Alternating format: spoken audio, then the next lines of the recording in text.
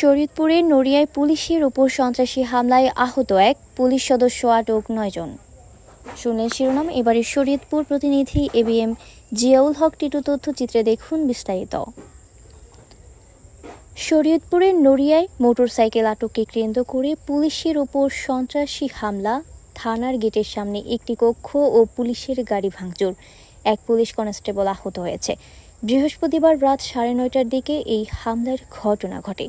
নড়িয়া থানার পুলিশ জানায়, বুধবার একটি পারিবারিক বিষয় নিয়ে ঘড়িসার ইউনিয়নের বাহির কুশিয়া গ্রামের একটি অভিযোগ তদন্তে গিয়ে 3টি মোটরসাইকেল আটক করে থানায় নিয়ে আসে পুলিশ। আটককৃত মোটরসাইকেল সারিয়ে নিতে বৃহস্পতিবার রাতে কিছু লোকজন ছাত্রদলের পরিচয় দিয়ে থানায় আসে। গাড়ির কাগজপত্র না থাকায় পুলিশ গাড়ি ছাড়তে রাজি হয়নি।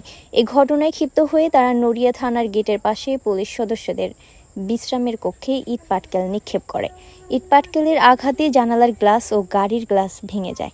এ সময় হামলার ছবি মোবাইল ফোনে ধারণ করতে গেলে পুলিশের গোয়েন্দা শাখার সদস্য ডিএসপি কনস্টেবল বিল্লালের উপর হামলা করে সন্ত্রাসীরা।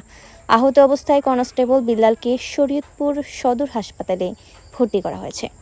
এ ব্যাপারে নড়িয়া থানার অফিসার ইনচার্জ ওসি মোহাম্মদ আসলাম উদ্দিন জানান, গতকালের ঘটনায় অভিযান পরিচালনা করে 9 জনকে আটক করা হয়েছে। পরে তাদের জেল হাজতে প্রেরণ করা হয়। বাকি সন্ত্রাসীদের আটক করতে পুলিশের অভিযান অব্যাহত রয়েছে। সাসপেক্ট হিসাবে তাদের আসলে আমরা এখন তাদেরকে চেষ্টা করতেছি তারা কোনো দলের কিনা, এটা আমরা এখন পর্যন্ত নিশ্চিত হতে পারি। কয়জনকে আটক করতে? আমরা 3-4 জনকে এখন পর্যন্ত আটক আছে আমাদের। এটা তো মোটর এই ঘটনার সূত্রপাত তারা কেন একটা করলো, সূত্রপাতটা কি? এটা আমি একটু আগে বলেছি, এটা নিছকই একটি পারিবারিক ঘটনার জের ধরে মূলত আমরা 3টি মোটর বাইককে আমরা নড়িয়ার একটি জায়গা থেকে গতকাল রাতে আমরা নিয়ে এসেছিলাম।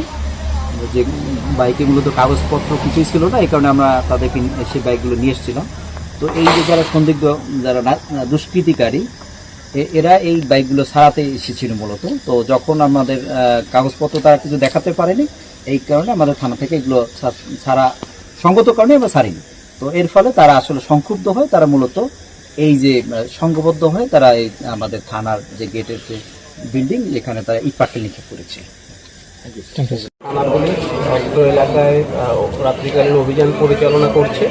আমরা বিভিন্ন এলাকা ভিত্তিক টিম ভাগ করে দিয়েছি।